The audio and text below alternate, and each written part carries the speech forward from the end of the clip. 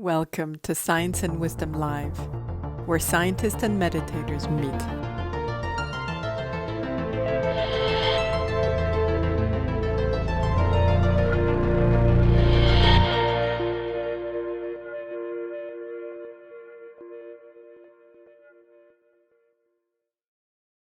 Stan, I'm such a huge fan of your work, and we had the pleasure of spending a little time together too at the Planetary Society and at SciFu. So thanks for agreeing to do the interview, which I think is going to be a huge benefit to A Skeptic's Path to Enlightenment and to the Science and Wisdom Live listeners. We've partnered with these two organizations to bring this interview to the biggest audience, so thank you. My pleasure, Scott. I'm interested, and it's going to be fun to talk about this stuff. Great. So before we get into all the wonderful questions about your writing and politics and social action, I wanted to ask you a little bit about spirituality. You know, this podcast is for skeptics who are curious, particularly about Buddhism and the ideas that it brings to a meaningful and engaged life. Would you be willing to talk a little bit about, your own spirituality and how Buddhism plays any role in that? Yes, I'm happy to talk about it. I was brought up as a Lutheran, and the moment that I left home to go to college, I kind of left the church out of a feeling that it wasn't right for me.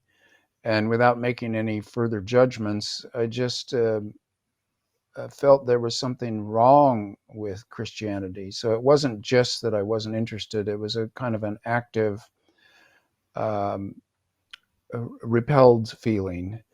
And very soon after I got to college, I ran into science fiction and psychedelics and the Sierra Nevada and Gary Snyder, and also the works of Chinese landscape poetry. Uh, Y. Lim Yip was a professor of mine at UC San Diego, and he taught Chinese landscape poetry, and he was from Taiwan and a beautiful man. And Gary came down and gave a reading at UCSD, and I read all his works. And I read all of Alan Watts. I saw Ram Dass maybe four times in my life, but two early on in those days.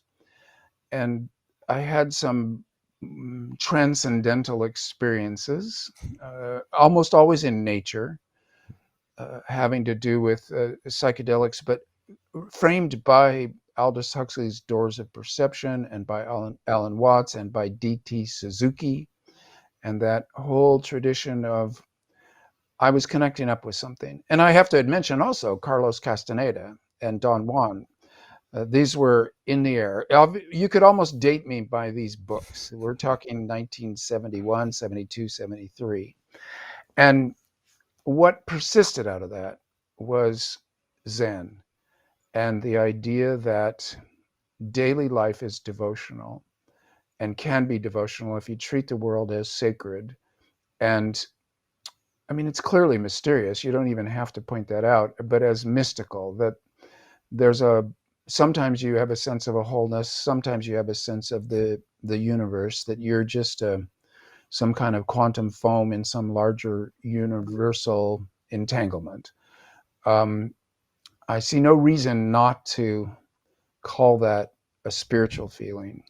It's intellectual, it's a consciousness, but it's emotional, and it has, when you do the scientific research, you realize that they've found that there's a big area of the temporal lobes in the brain that resonate like a hit gong when you're having religious feelings or when you're in a hypergraphic state, which cracks me up, and also perhaps in an epileptic fit, which is also funny. Um, for me personally, though, it had to do with my life in the Sierra Nevada and also in the ocean, but that quickly shifted to the Sierra Nevada as a backpacker, became a pilgrimage, and always felt like I was in sacred space and doing something beyond just having an adventure, although it was a marvelous adventure. And that then very usefully, I want to put it that way, you can put it to use. Zen as daily life. So washing the dishes is a Zen exercise. The whole chop wood, carrying water. If you turn those activities, the repetitive and tedious, into devotional exercises. And this is the most casual kind of thing. I don't meditate. I don't clock my breathing. I do what I would call running meditation, or my friend and I play a running version of Frisbee golf. And once for one of the Buddhist magazines, I wrote an article on Frisbee golf as a Zen exercise, and they rejected it. It was maybe a bridge too far for them. But of course, there are those Japanese monks that run around Mount Haya in Japan to go into a kind of trance state, ritual pilgrimages, circumambulations. It's not just that I believe in all that stuff, because belief is a strange word. I practice it, and it helps me. I feel a calmness. I feel centered. I feel like I'm productive, that I can focus when I'm writing my books. I go into other spaces. I go away. This sense of mindfulness can resemble mindlessness, or a point of consciousness where you are no longer aware of yourself as an individual, but are aware of your surround. And then for me, I try to channel voices, and then that's why I'm a novelist. So all across the board, I am very happy to think of myself as some kind of Zen Buddhist. And what I love about this is that reading the Dalai Lama and looking into Tibetan Buddhism, which I did for my Green Earth project, the Dalai Lama would be fine with my Buddhism, and the Buddha would be fine with my Buddhism. There is no doctrinaire dogmatism that says, "Oh, you're not doing it right. You're not serious enough. You're too California hippie, New Age, playful." Well, that doesn't exist. That's not I don't feel that kind of a judgment being made on me by anybody, which is great. Mm. Yeah, almost every public talk I've been to where the Dalai Lama spoke, he said, "Don't become a Buddhist." So, Yeah. I think it's one of the most powerful marketing for Buddhism I think there is.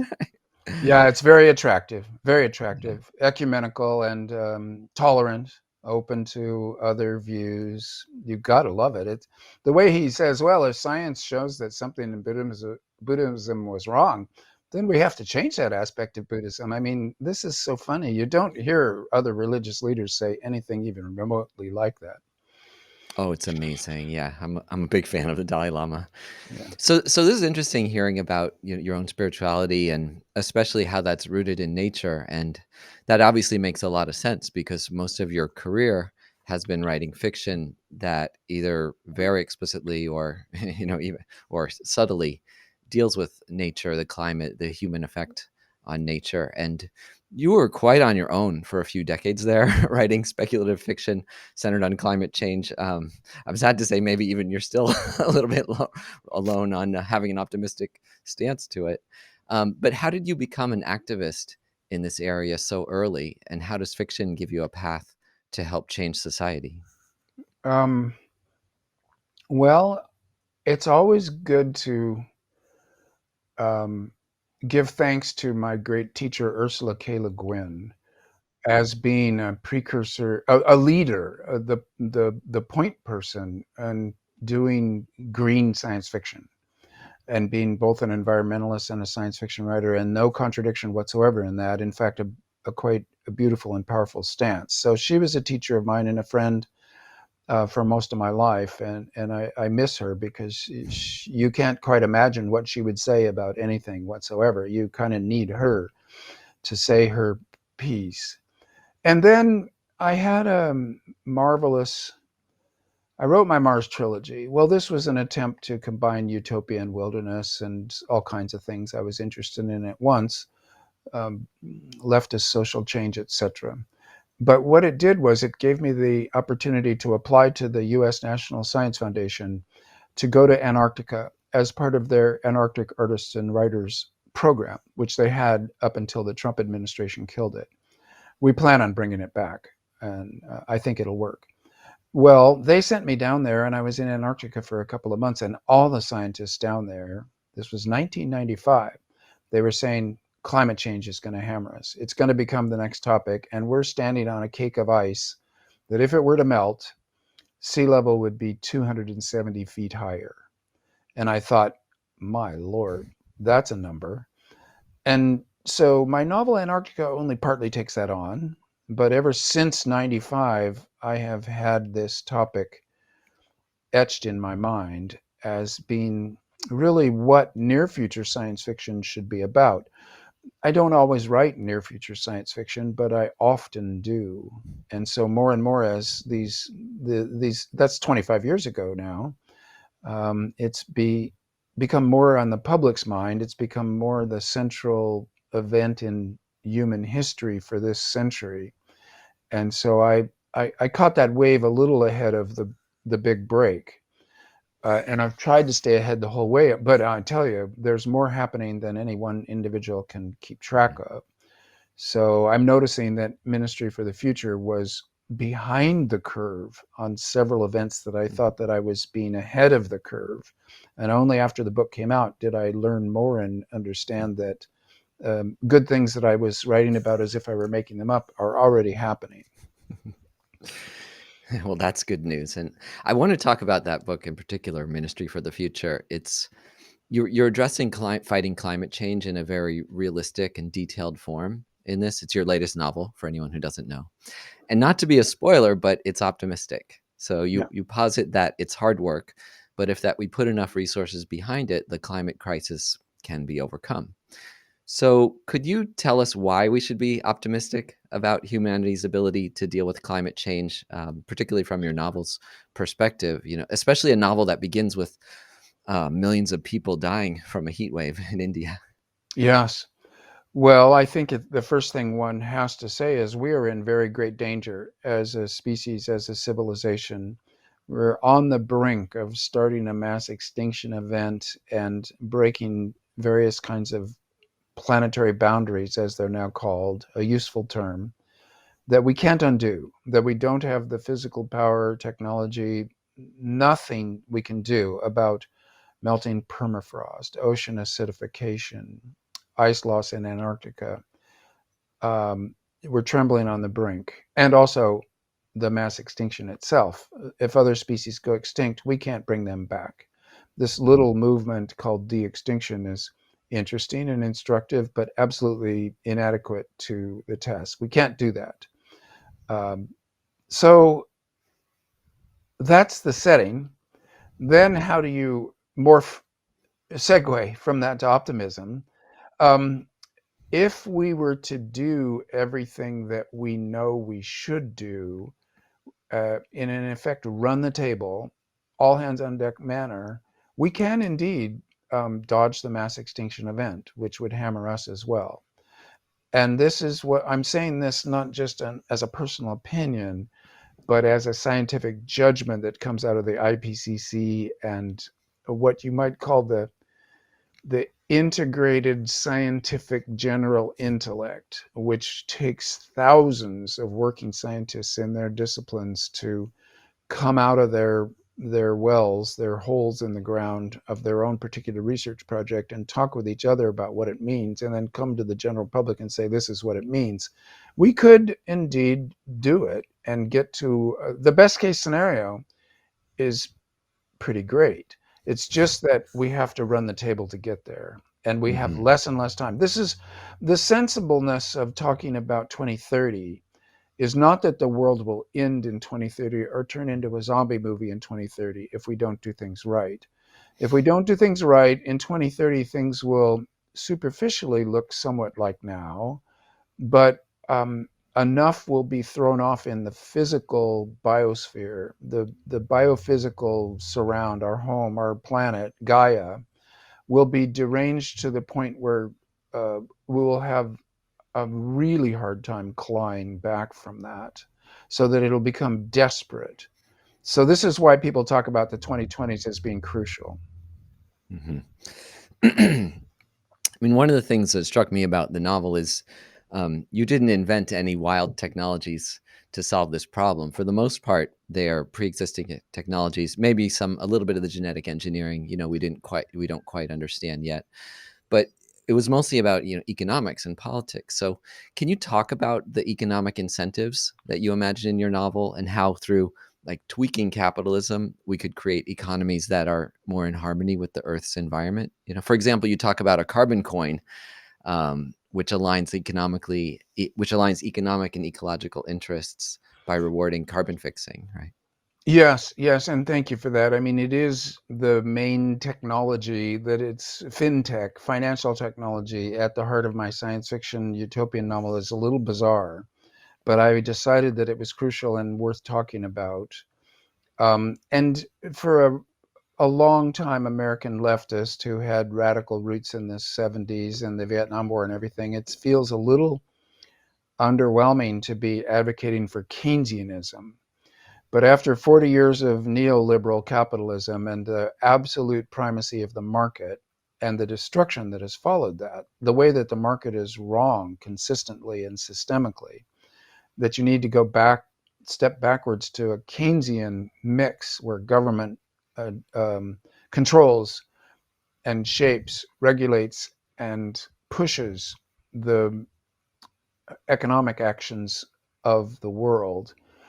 It resembles earlier Keynesian moments like the Depression or World War II, where government seized the reins and did not allow the market to make market choices based on profitability, but made choices based on what was going to get them out of a terrible situation.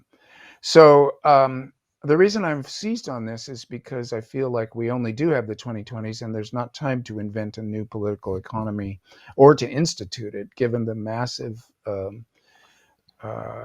in legal, political, economical infrastructure that we're in. We got to use it to get to where we need to go. It's an awkward fit. So I came to the carbon coin, which is really just quantitative easing, similar to what we did in 2008 and 2020, where central banks, and I'm not talking about cryptocurrencies here. It's important to make the distinction and talk about fiat currencies, the US dollar ultimately. But it would have to be more than the dollar. It would have to be backed by all the major currencies so that there wasn't one country that was sticking their neck too far out, but all of them linking their strengths together, so that the central banks will pay you to decarbonize. Anything from a nation state right down to individuals would get a carboni or a carbon coin, one coin for a ton of CO2 drawn down out of the atmosphere, and then that coin would hopefully would be backed by the central banks, by their long-term bank bonds, by their assets, such that that coin would be held at a level that meant that you would make money from decarbonizing rather than lose money. And with that flip of the switch, which has been calculated, this again is not my idea, thank God. Otherwise, it would just be another crazy science fiction idea. I'll just end by saying you need about $5 trillion a year, every year, newly created and injected into decarbonization. And that would help a huge amount. Yeah, $5 trillion a year. Obviously, the US alone just printed that much money to help fight the pandemic. So Yes. it's well within the scale of our government, especially the whole earth coming together, right? Yes. And I would say that the central banks, their one and only job, and they've been shielded from political influence as best they can be, is to keep money stable. So no inflation, no deflation, and hopefully also help a little bit with employment rates. They don't want zero unemployment.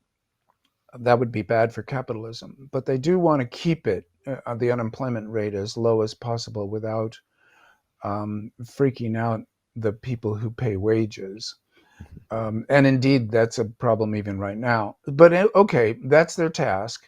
But it's as you pointed out, they can create a lot of new money without destabilizing our trust in money per se. Yeah. Yeah. So one of the other things that delighted me about this novel is that the oil companies become one of the biggest allies in countering climate change because they have the scale to work on massive climate shifting projects, like pumping the water out from under the Antarctic ice sheet so it stops sliding into the ocean. And I really like this, and I find a very Buddhist idea too. Looking for the commonality rather than dualities and enemies. So a lot of climate activists, though, see corporations as the enemy. And you hear this even in speeches from Joe Biden and other politicians. Can you talk about how corporations can be allies in fighting the human-created climate crisis? Well, I don't think they would do it on their own. let's think of these people running corporations, operating the capitalist system as perfectly good people, trying to do their best for themselves, their families, their company, their country, the world. But the system that they're in is extractive and exploitative, and it creates injustice amongst humans, the 1%, the 15%, the precariat, the immiserated, and it wrecks the biosphere because it undervalues it, it underprices it. So capitalism is systemically a kind of a Ponzi scheme where future generations pay costs that we're not paying. And I think everybody now acknowledges that this is the case. And a corporation is built to have limited liability and to have the rights of a person without the responsibility of a person. And so corporate structures are dangerous as heck. We need the laws to change such that corporations are um, enmeshed in a larger system of responsibility, possibly owned by their employees, possibly not having shareholder value as something that they're shooting for, but rather some kind of ecological value. I have no particular faith in corporations per se. I would say the people running them are just your ordinary, well-meaning persons who are doing legal things. They are not cheaters. And this is the problem, is that the law itself allows for destructive activities. So if you were to disallow them, you would be in a new political economy that wouldn't be what we're in now. I call it post-capitalism because I don't want to call it socialism. It will have aspects of socialism, but it won't be socialism. And that word carries such weight from the 19th and 20th century. It's inappropriate in our moment of crisis to use old names and get involved in old arguments about what worked and what didn't work. I would say the public over the private. I would say public utility districts, to put it in an American context. So these are the kind of economic thoughts I have that I try to describe. So there's a controversial part of your novel because you have a black ops wing of environmental activists that are using tools of terrorism and covert action to fight some of the climate's enemies, like, using sabotage, assassination. Can you talk about your book's take on that position? Well, yes, I can. It's hard. Yeah. I myself am a pacifist and an ordinary suburban middle-class American. I would like to do things by way of law. I think it's the most effective. We got to change the laws. And what changes the laws is an interesting question, but I think mostly votes and legal actions and persuasion. And so in my novel, I was trying to present a world that was in such trouble and so desperate, and there would be people suffering to the point of being extremely angry. And I wanted the novel to feel realistic. So although we can get to a best case scenario ending, it won't be easy. There'll be a lot of reversals and disasters along the way, including humans deciding to do violence against other humans. It was sort of a way of saying that if we get to a bad enough state where some people are creating a mass extinction event while others are trying to fight the coming of a mass extinction event, this could be seen as a war for the earth. And some people are going to think of it as a literal war and commit violence. So you can tell when you read the novel that I'm not comfortable with this, that the violence plot, the Black Ops wing, is hidden in the novel. Badim's in charge of it. You don't know what he's done or isn't doing. The reader is put in Badim's situation. What would you do? What would you sanction getting done to win the war for the earth? And because the novel doesn't give you a clear answer as to what Badim did or didn't authorize, you yourself have to consider it. Well, this is effective in making the reader the detective and the decider. It's ineffective in the sense that the novel is therefore hiding its point. And in hiding its point, it also obscures a little bit the distinctions that you could make, very valid distinctions between sabotage and murder. So for that, um, for thinking through those issues, my novel is not the most helpful place to go. You need to read Andreas Malm, How to Blow Up a Pipeline. You need to read Erica Chenoweth, Why Civil Resistance Works. You need to read Bill McKibben on peaceful, nonviolent resistance as being the most successful way to go, because McKibben argues against Malm. Malm argues for sabotage but not murder. Chenoweth says civil resistance is the only thing that actually works politically, or it works best. So all of these other thoughtful people and thoughtful books would be needed. You need to read my novel as a kind of a case study or a mess that is like history itself, and you can't draw lessons out of Ministry for the Future. You can only have a case study to ponder with your own point of view. Mm-hmm. And I wish I could have done better. I hadn't read Malm when I wrote the book. And I wish that some of the eyewitness accounts in my novel, because there's maybe 30 or 40 eyewitness accounts of events, that some of them could have made a useful distinction between sabotage and murder, that some people will choose murder. The children of Kali in my novel, they're not the Ministry for the Future. They're not Badim. Badim tries to call them off at the end of the novel. So there is a targeted assassination. There's violence against humans, and then there's also sabotage, but it's all in a slurry that could have been usefully de-stranded for thinking purposes. Mm-hmm.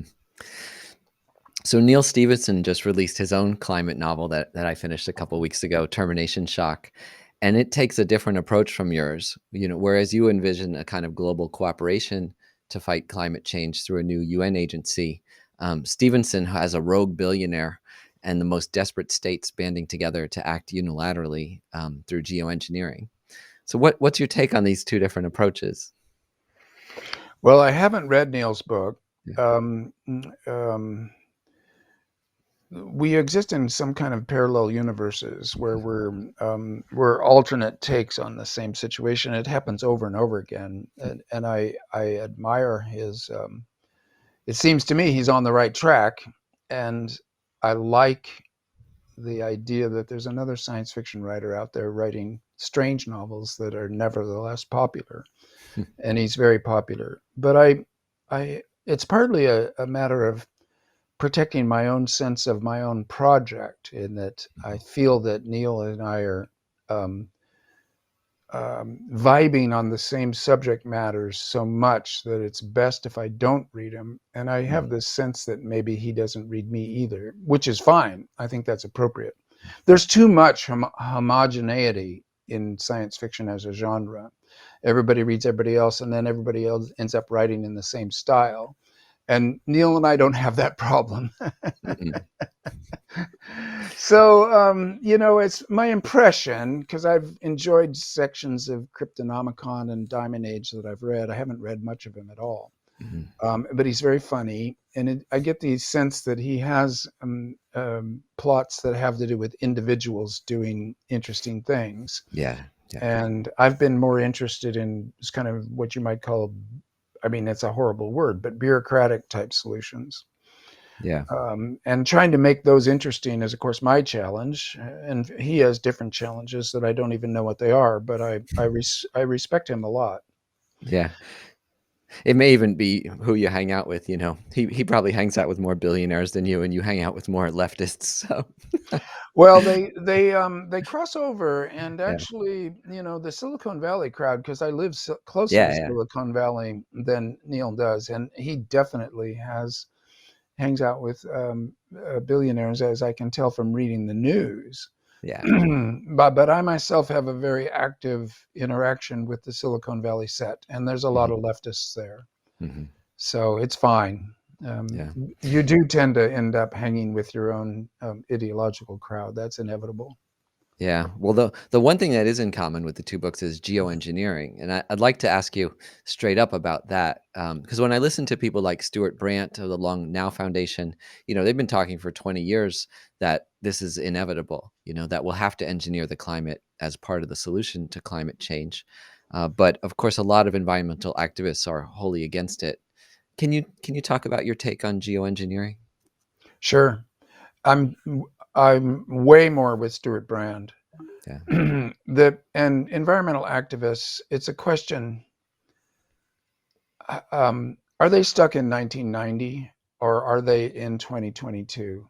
Because geoengineering in 1990 looked like a get out of jail free card for corporate capitalism and fossil fuel industry. Like, oh my gosh, we'll just suck CO2 out of the air, or we'll deflect some sunlight at the top of the atmosphere, and ta-da, we can do whatever we want. And we don't have to decarbonize fast. Well, and that's a moral hazard. The moral hazard argument was valid in the 90s, perhaps. Now it's not, because we are at something like 415 parts per million of CO2 in the atmosphere, and we're clearly going to go up before we go down. At a certain point, if we break certain planetary boundaries, we are completely screwed. We will not be able to claw our way back. We don't have the physical power to do it. There isn't any geoengineering that could help us if the permafrost melts and we go into a hothouse Earth state, which has happened in the geological past of Earth. So geoengineering becomes like an emergency break glass, try this, and you don't have to do it forever. There's lots of stereotyping of what does it really mean and what are the dangers. So let's take casting dust into the atmosphere to deflect some sunlight. It doesn't have to be sulfur dioxide just because volcanoes do that. It could be limestone dust and be inert, and therefore not wreck the ozone layer. It doesn't necessarily have to wreck the monsoon. We aren't sure if that would happen, and you might only have to do it for 5 years. That dust settles down, and then you look at what happened and either do it again or not. There isn't a termination shock. You don't have to do it forever. We know that because volcanoes go off like Pinatubo, and then 5 years later you're back to normal. There was an early geoengineering idea that we put iron filings in the ocean, then the planktons grow, then they die, they sink to the bottom, etc. Well, the oceans are already sick. That seemed a little crazy and ineffective. But recently I had a conversation with Sir David King, who was the science advisor to the UK government when they began to do good green things under Tony Blair. I mean, he's one of the reasons why the UK is better than other nations on climate change, even though they have a Tory government. And he said, no, it isn't iron filings that you put into the ocean. It's artificially created whale poop. And so there's nitrates and phosphates, and there's all the stuff that is in whale poop, as he kept calling it, that gets released at the surface. It causes a bloom of creatures that get eaten by other whales or create more fish. And then you have more fish, you have more biomass. It's like growing a forest, except in the ocean, he tells me. So this too is geoengineering. And here, without going into the details of every geoengineering scheme, let me just say this. We've got to probably get back down to this beautiful Bill McKibben name for his organization, back to 350 parts per million. That's gigatons, billions of tons, in other words, of CO2 drawn out of the atmosphere. And however you do it, if you name it geoengineering, and suddenly a lot of leftists and environmentalists say, oh no, can't do that, but we have to. So you got to get a grip and look at the current situation and say there are some emergency things we might have to do. And this even includes another generation of nuclear power as a semi-clean energy. All of these things that are taboo for various kinds of, and as a leftist, I hate to even use the word politically correct, because that's a right-wing term attacking the left. But so maybe let's not use that. You can't stick with the old stereotype opinions that we formed when we were in an earlier time. We're in an emergency now. Another one of your books that deals with humanity's relationship to Earth is Aurora, which I think it may be my favorite of your novels. I enjoyed it so much. And in this book, people on Earth are sending out starships to other planetary systems trying to find habitable homes. But when they get there, they face these almost insurmountable obstacles to surviving on other planets. So, a thesis of this book seems to be that humanity may be tied to our one planet. So, could you talk a little bit about this idea, like whether it might be true that we're tied to Earth and what that means for humanity? Yes, and thank you for that. I'm very fond of Aurora, and it is indeed a polemical novel. It makes a point. We can't go to the stars. That was a mistake. That was a visionary statement of the late 19th century, early 20th century. It was before Hubble. It was before our understanding of the gut microbiome and the fact that 50% of the DNA in our bodies is not human DNA. And it didn't understand, as a vision, it didn't understand that humanity is an expression of Earth's biosphere. So, in all of my science fiction, since I came to this realization, even the Mars trilogy, they have to go back to Earth to gather bacteria to keep themselves healthy. And I make a distinction still. The other planets of this solar system can be like Antarctica. Humans can go there, they can live there for a while, then they have to come back to Earth to stay healthy. While they're there, they're going to be having the time of their lives. It's going to be beautiful and scientifically interesting and useful in terms of learning more about Earth as a planet. Planetary management is a real thing. So, space science is an Earth science, as NASA so beautifully said. So I make that distinction. The solar system is our neighborhood. We can get there, we can come back. It's going to be great, fun, adventure, and knowledge gathering science. The stars, no, not even Alpha Centauri, which is useless anyway, at 4 light years away. Tau Ceti, which is where I sent my Aurora crew, that's 12 light years away. Well, we know of stars that are 480 million light years away. This universe is really big, like incomprehensibly big, except the scientists can run the numbers for us. We're not going to any of these places. We are creatures of Earth, and that has ramifications. Once you believe in that, then the space cadets, as I call them, the people whose religion was humanity is destined for the stars, Earth is humanity's cradle, but you're not meant to stay in your cradle forever. That's all wrong. Earth is not our cradle. It's our permanent home, cradle, life, and grave. And it's going to go on like that. And we'll either mess it up and go extinct, or else we'll stay here. And I will allow one out card. If we have a stable civilization in the solar system that lasts like 10,000 years, and we hollow out an asteroid and realize we can live inside them, and we send one off to Tau Ceti or some nearby place, well, it might work. It probably won't. We'll never know. But that's the only conditions in which the stars are on the table for us. By and large, it's a fantasy space. Mhm. And what about Mars? You wrote wrote 3 big books about colonizing Mars. Elon Musk is a huge proponent of making our species multiplanetary. Do you believe that anymore? You've put a lot of words on paper about a very precise vision of how we'd come to inhabit Mars. Is that even possible? Well, I love that vision. And Mhm, I think what is that even possible, as you asked, is an mhm, open question. mhm, I don't think it's completely impossible the way going to the stars is. But things have come to our attention since I wrote the Mars trilogy that vastly complicate it. And I want it to be science fiction rather than fantasy. I want it to be possible. And this tempers my taking in of information in the usual confirmation bias mhm, way. But I also want to be realistic. If you give us 5,000 years, and for most of that time, Mars is a scientific station resembling Antarctica. You go there, you have 5 years there, you come back home. Eventually, you got enough infrastructure there that people are going to say, well, what about terraforming?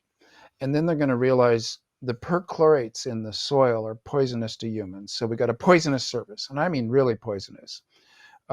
Like they use I think it's parts per million to hurt the thyroid if you've got hyperthyroidism, to slow it down. Parts per million, maybe even parts per billion. It's in the parts per hundred in Martian soil. So we've got a poisonous surface. Um, the magnetic field is always going to be a problem. There's not much there on Mars. And so we've got this influx of radiation, which only an atmosphere would shield us from. So you got to pump up an atmosphere, but there's not much nitrogen. There's mysteriously little nitrogen compared to what there ought to be by theories of planetary formation. And life, human life, and earthly life needs a lot of nitrogen. And then lastly, there might be indigenous Martian life. Martian natives, bacterial in nature, at the floor of the regolith. That was not on the table when I wrote the Mars trilogy. I was considering it to be a dead rock. Why not garden it? It's a dead rock. Like the moon, if you could garden the moon, which is stupendously difficult in theory and practice, it's a dead rock, and so why not? But on Mars, if they've got locals, then this is one of the greatest discoveries in human history, alien life. You don't want to just go and bash in on it. So there's planetary protection issues that are quite intense. So this is my Mars story. And what I want to do is just keep reacting to the latest news. This is sort of like the Dalai Lama. If science tells us that something's wrong with Buddhism, we have to change Buddhism. Well, if your Mars narrative is told by new science that it doesn't work that way, then you have to change your Mars narrative. And Musk is wrong about, and he's not the only one. By no means. This idea comes from other people as well, that we need to not keep all our eggs in one basket, that we need to have humans somewhere else. In case they all die out on Earth, there will still be humans and we'll come back and recolonize or whatever. This is a very bad science fiction story. There's nothing that will kill off all humans on Earth that wouldn't leave 5,000 people on Mars equally doomed, because it's not a big enough and self-sufficient enough colony to keep from going extinct on its own. So these are fantasies these are power fantasies, like teenage boys have, or like the 1930s science fiction had. Power fantasies are, exactly. And we're not that powerful. Yeah. So I want to switch gears a little bit, because Buddhist elements infuse several of your novels, like the first book of yours I read, The Years of Rice and Salt, where you have characters reborn again and again from the bardo into new bodies. And also the Dalai Lama is a character that appears in Green Earth. So can you talk just personally about the influence of Buddhism on your life and work, your inner life? Well, I told you about my beginnings Yeah. as a young person, and then I had this task of I wanted to tell the story of world history for about 700 years, and I don't like multi-generational narratives. In Mars, I had lifetime extension to get through 200 years, and The Years of Rice and Salt, the idea that all the Europeans died in the Black Death, and that we have world history going on with an Asian-centric and a whole different world history with Europe taken out of the picture around the year 1400. Well, I thought to myself, well, it's an Asian narrative. I'm interested in Buddhism. I'm living a kind of a California hippie Zen Buddhist life. How about a reincarnation novel? And that got interesting. It turns out it's a genre. It's popular in Brazil. It's popular in various mystical spaces where reincarnation is seen as a nice plot point, as a story to tell that has its own particular interest as a genre. So I said, okay, I'll do that. Well, that got me into a deep dive into Tibetan Buddhism, which had always seemed a little too elaborate and spacey and medieval, and indeed, over concerned with reincarnation. But for this novel, I needed to get into it. It was mostly a literary device. It was much more serious. This is strange to say, because Years of Rice and Salt is one of my favorite novels of my own, and it is very much of a Buddhist novel, but the Buddhism in it is not as close to my heart as the stuff that's in Green Earth. daily life in Washington, D.C., a scientist who's very hard-headed, very skeptical, very empirical, very non-spiritual, listens to a lecture by an old Buddhist monk, a Tibetan, and he has that moment of satori. What is the an excess of reason is itself a form of madness. And that koan sentence hits him like ringing a bell. He staggers out of that lecture and he's never the same. So there, I think I'm onto something much more fundamental to our experience, even though I do love the device of the bardo and the reincarnation story that Years of Rice and Salt depends on. That's a great game to play literarily. And you can think of reincarnation as a metaphor, like in our own lives. Okay, you wake up every morning. You're not, you've been reborn from the day before. Or every 5 years, you're living a completely different life, different people, you're in a different place. Have you not, in some senses, reincarnated? And metaphorically, it's very useful. Yeah. I want to talk a little more about the Years of Rice and Salt because the premise is very relevant to culture today, as we're reevaluating the role of white European culture, Yeah. especially here in America. So this premise that all of Europe was wiped out in the Black Plague, and we see how the world would have evolved without white European dominance with these axes of Chinese, Muslim, and Native American civilizations. And there were some beautiful things in there, like how the periodic table is a mandala instead of a grid.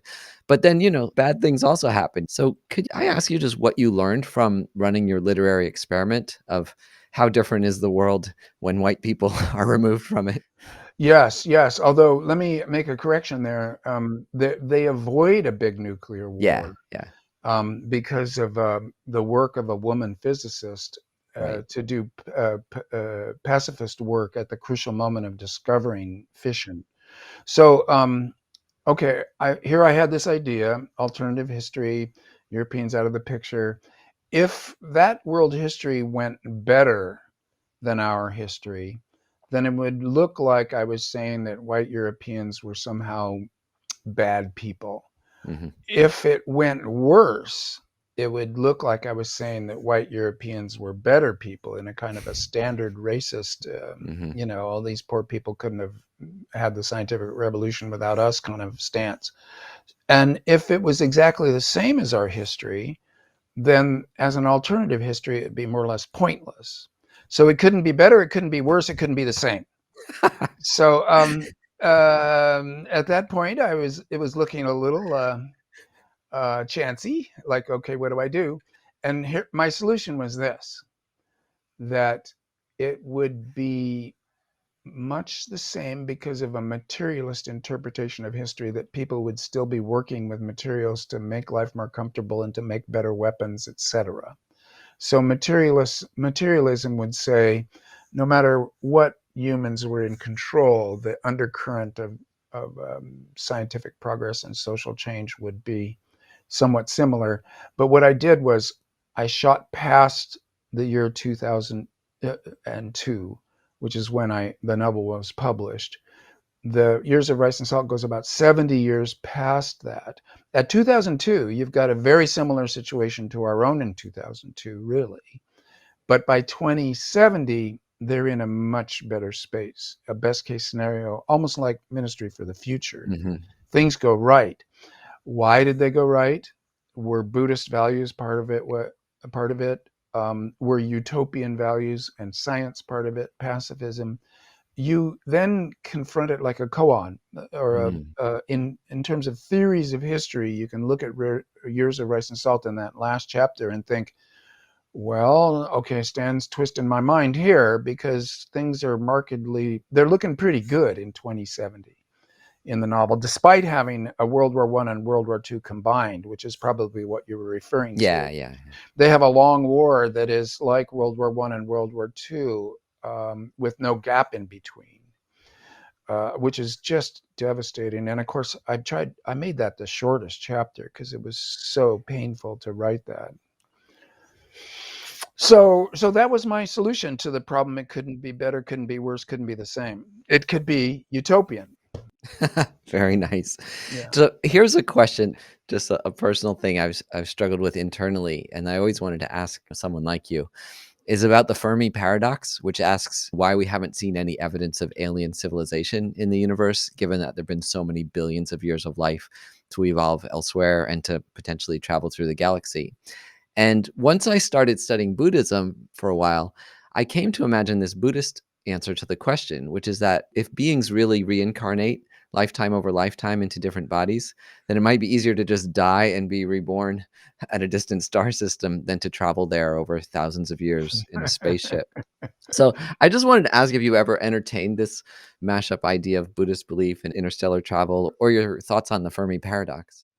I have never entertained that one. It's a good one. It solves a lot of problems about faster than light travel, etc. Translocation, quantum. Immediately, my mind leaps to quantum entanglement. Hmm.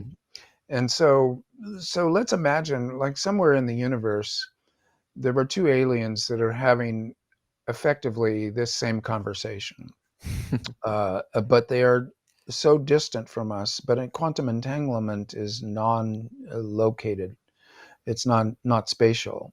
It could be that their conversation is guiding ours, or the two are the same because they're entangled. I mean, all these things are so possible that I wouldn't, especially as a way of constructing a story, I wouldn't rule out anything. For the Fermi paradox, I think it's very funny to look at the Drake equation, which has 7 elements in it, and realize that at least 4 of them are not only unknown, but can never be known. So the Drake equation is a way of structuring our inevitable ignorance. And yet, I think the answer is blazingly obvious. The universe is too big. And so the physicists are saying, oh, but wait a second, speed of light, we got 13 billion years. Life probably began, you maybe need heavy elements or carbon. So life maybe began, who the hell knows, but 5 to 10 billion years ago. In that time, you should have been able to racket around this galaxy like a billiard ball on a billiard table. No, the biology, this is where Aurora comes in again. You can't get from here to there. And so radio messages, I bet you anything they're out there, but we've only been looking for less than 100 years. And we're talking about a 5 billion year span of time. And it isn't obvious that they'll be talking on the same radio frequencies that we use now. If there are 10 dimensions, like some string theories say, they could be working on a dimension that we barely. All of their communications might happen in terms of dark energy, manipulations of dark energy or dark matter, which we aren't even Mm. we only are aware of as their after effects on gravity and on the expansion of the universe. So there's so many easy answers to the Fermi paradox that I'm surprised that more people aren't saying that it isn't a mystery at all. It isn't a paradox. You have to frame it like Fermi did before you get anything approaching a paradox. It's Mhm. just as obvious as the hell as the universe is so big that we haven't heard from anybody yet. There's a beautiful quote of yours from the Years of Rice and Salt that I wrote down immediately when I read it, and it stuck me over the years. You said, "Until we treat all beings equally and all have the same opportunities for health, happiness, and security, perhaps history has not yet really begun for humanity. We have not yet lived up to basic universal human rights." So, can you talk about what a vision of the world is where we do live up to basic universal human rights? And is there a path to get there? Yes, it's funny. I remember that quote. There was some historian in Years of Rice and Salt. Maybe it was the. It's strange being a reincarnation story. There's only really 3 characters in Hmm. an 800-page novel. It was probably the I character, or maybe the K character. The B character is not so philosophical as to thought up something like that. I think the quote goes on that history hasn't even begun yet. We're just in some horrible prehistory. Yeah, exactly. Well, sure. Again, I think it's so obvious. So food, water, shelter, clothing, healthcare, education. This depends on electricity, energy source for everybody equally at a level of adequacy. This is a utopia for humans. Then you just extend that out to all sentient beings and realize that the bacteria have to be doing well because they are actually part of you. The Gaia has to be doing well, or else you also are sick. And at least your children, if not you. But on the other hand, um, all of us men today, if the scientists' findings are right, have half the sperm in us as 2 generations ago. So Gaia is sick, endocrine disruptors, poisons in the water and air that we've put there, often that we've created from simpler chemicals. And so when the planet is sick, we are sick, and you can actually track that. There are other health improvements that mean that we live longer, but ultimately we are, to the extent we damage our biosphere, we're damaging our own bodies. So this vision of justice for all creatures, it has a moral element, but it also has a use value. And some people object to that, like, oh, you're just being utilitarian. This is just enlightened self-interest. You're just looking out for yourself, and you only care about the planet because you yourself want to be healthy. Well, maybe that's right. Maybe altruism is always enlightened self-interest, but sometimes people throw themselves under a bus for other people. So these are questions of value that the reason I write novels is because you can explore these questions at the level of individual actions and individual characters.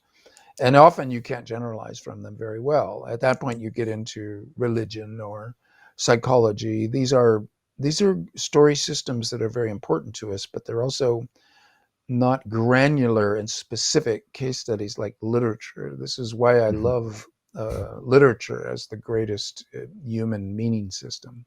Mm. So to end this out, I think that a lot of people who've listened this far may be feeling slightly more optimistic about the state of the world. But to end it out concretely, what can we do? What could an individual person listening to this do to concretely help the environment, to concretely move the world towards more, social justice and equality and the place that you envision it? Yes, well, thank you for that. And again, some of this strikes me as really obvious, but it's worth saying. And when I went to COP26, the first COP I've been to, I was in Glasgow, and it knocked me for a loop. It was overwhelming, and it scared me because COP is necessary but not sufficient. It's admirable, but it's systematically too slow by the way it was constructed on the consensus model. It won't get us there by itself. And so when I came home, I was thinking, well, our only hope is international agreement amongst all the nations to decarbonize fast. And if it isn't working at COP, maybe it isn't going to work at all. And I've been quite confused and upset since I had that experience.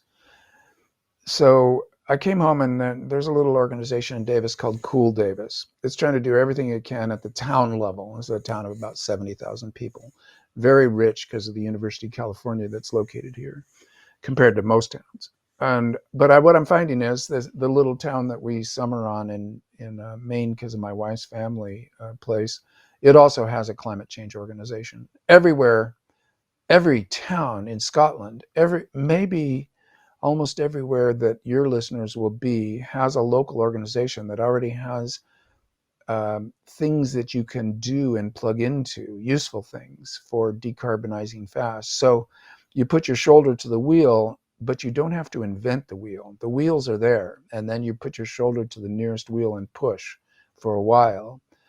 And then you vote left, because it's the government-led solutions that are going to save us. The market won't save us. So you need to create a working political majority and convince as many fellow citizens as you can to, in America, you vote for the Democratic Party because we have no other option but to pull that party further leftwards and more environmentalist, more green. In Europe, you maybe vote for a Green Party. I mean, it's very complicated in these parliamentary systems. In America, it's simple but complicated. So vote left and be a good citizen in that regard in getting votes out there and winning a working political majority for the legislators. And then lastly, reduce your own carbon burn. Even though this is not a matter of guilt or putting the burden on you when corporations and laws have to do it. Governments have to do it also. But it's an all hands on deck moment. And the ordinary American citizen burns like 30 times more carbon than your subsistence farmer in India. So, and that can be reduced. There's about, if you measure it in watts, that it's say 300 watts a year in per person in Bangladesh, 1,500 in China, 5,000 in Switzerland, 6,000 in Europe, 12,000 in the United States. So, and a lot of that is wasted. And even in our own personal lives, we're prosperous enough, the middle class, even though we're precarious, we're prosperous enough that most of the people listening to this podcast are not economically stressed and burn a bit of carbon that they don't have to burn, and actually can afford to decarbonize a little by making the extra expense. Now, you should be getting paid a carbon coin when you do that. You shouldn't have to pay, you should get paid. But until we make that flip, that jujitsu reversal, you can decarbonize also by your personal habits and your attitudes. Yeah. You should know your carbon burn the way that you know your weight on a scale. So, Stan, is there anything else you'd like to add before we sign off? Well, this is a Buddhist thing. Spend more time outdoors than you usually do because it's great for you and it's fun. And so this is the fun of Zen. Go outside. People who own dogs, they own them in order to get outside twice a day. Being outside is a virtue that we've lost in American middle-class culture, and where you work inside, you sleep inside, you play inside. It's all indoors in these boxes, and the world is astonishing. And so get outside. And then as an example of this, I can say that I'm just finishing a nonfiction book about backpacking in the Sierra Nevada. And it's been a joyful experience. So part of that outdoorsness is not virtue. It's not exercise. It's play. And this is where I'm in a battle here in my own little village about building an exercise space when you're in California and you can just go outside and walk around and that's your exercise space. But it's been commodified and turned into work. This is what America tends to do. It's something that you work at and it's something that you pay for and you're being virtuous, blah, blah. But play is simpler than that, very childlike. This is what I know the Dalai Lama would love this. Just play for a while. And that is very low carbon burn activity. And what about optimism? You're such a joyful, optimistic being, and you're one of the world experts on the world's problems. He was probably more than almost anybody on the planet. Maybe that's a great last question, is just how do we stay optimistic? Well, I'm very scared myself. So think of compound emotions. Yeah. There's a beautiful novel by one of my favorite novelists named Joyce Carey, who wrote The Horse's Mouth. One of his novels is called A Fearful Joy. And that, I think, is life. There can't help but be fear and dread. So my optimism is partly biochemical and comes from my mom. It's as clear to me as can be. And my dad was a lovely person, but a much darker temperament. And my mom was the cheerful one.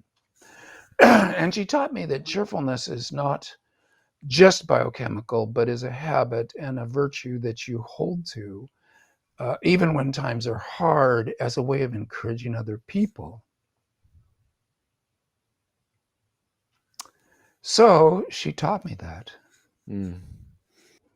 So optimism has that element of will, and this can be political too. Antonio Gramsci, pessimism of the intellect, optimism of the will. You will yourself optimistic as a political position to beat on your enemies with. So there's a certain Zen, the master pounding you with a stick to get you in the right frame of mind. You take optimism and that's the stick. And you go around and lay out on people with your optimism and say, no, things could be better.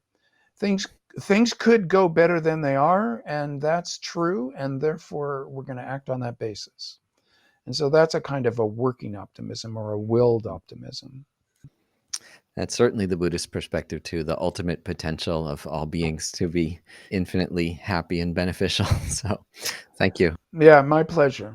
Well, Stan, thanks a lot for joining us for this conversation with Skeptic's Path to Enlightenment and Science and Wisdom Live.